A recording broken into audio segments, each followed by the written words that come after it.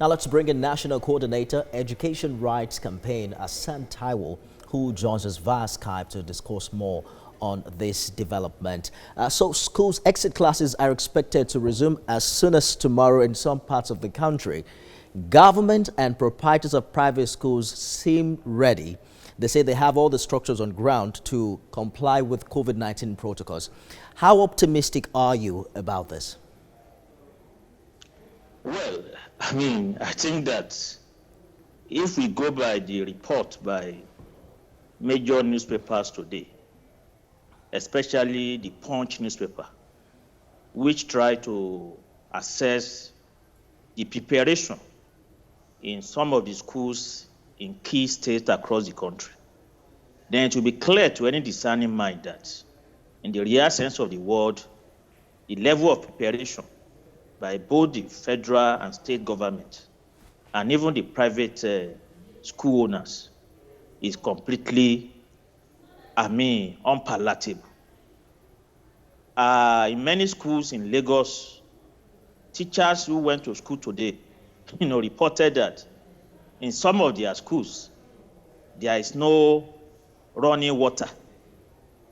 So that as soon as the water that is in the tank that is provided for hand washing is exhausted, there's no clear understanding as to when another supply will come. And provision of running water is a major component of the NDDC protocol for reopening of schools. The controversy that was also generated by the decision of the Ogun State government asking students of private schools to pay 25,000 naira for COVID-19 and malaria test is another indication of how unprepared many of the state governments are. Because if the state government has reverted that decision now, yes, I hope you're aware of that. But in reverting it, I'm aware of it. What I'm saying is that on the eve of resumption, if such a controversy exists, then it shows that there's yet lack of diligent preparation. But even in reversing it, the issue has not yet been resolved, because the reality is that